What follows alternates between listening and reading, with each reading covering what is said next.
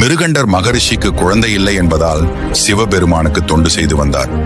அவரின் தீவிர பக்தியில் மனம் குளிர்ந்த சிவபெருமான் அவர் முன் தோன்றி, மிருகண்டா, சொல், உனக்கு நீண்ட காலம் வாழப்போகும், ஆனால் முட்டாள்களாக இருக்க போகும் 100 குழந்தைகள் வேண்டுமா அல்லது 16 வருடங்களே வாழப்போகும் புத்திசாலியான ஒரு குழந்தை வேண்டுமா என்றார்.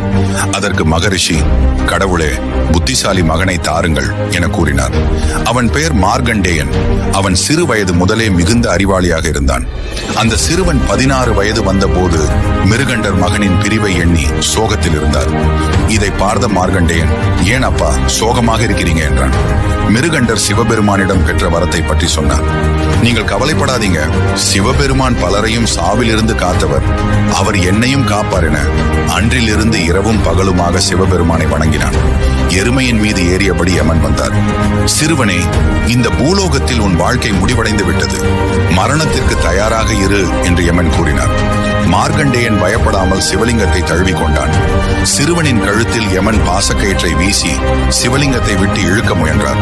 அப்போது அந்த சிவலிங்கம் வெடித்து அதனுள் இருந்து சிவபெருமான் வெளியேறி யமனை நெஞ்சில் எட்டி உதைத்தார்.